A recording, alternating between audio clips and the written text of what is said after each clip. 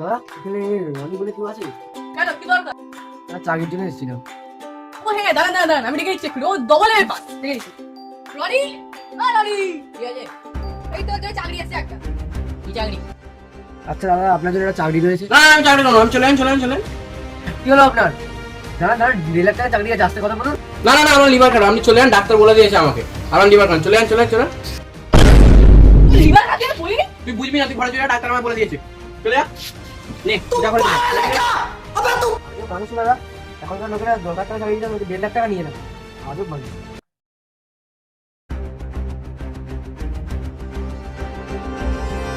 রনি, রনি কি হয়েছে? এই তো চাকরি চেয়েছ। আপনি কত পর্যন্ত করেছেন? আমি ডবল পাস করেছি, কেন কি হয়েছে? আমার 2 লাখ টাকা চাকরি। আমি তো করবো না, আমি চলে যান, চাকরি বাকরি আমি করবো না, আমার ব্রেন টিউমার আছে, আমি চলে যান, ডাক্তার বলে দিয়েছে। চলে যান, আপনি চলে যান। কি রে রনি, তুই তো দুদিন আগে লিভার প্রবলেম ছিল। তুই ওসব বুঝবি না, তুই ঘরে চলে যা। তো কতবার বলছি বারণ করেছি না এখানে আসতে, চলে যা। কি রে সূর্য, তুই এখানে বসে আছিস, আমার ছেলের সাথে গল্প করিনি?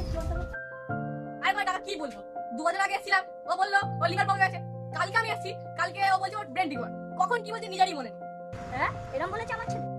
আমি তোমার টাকা কি বলবো? তোমার ছেলে কত দামি দামি চাকরি আসছে, তোমার ছেলে করছেই না। ও তো পাগলা, ওর সাথে মিশে নিস।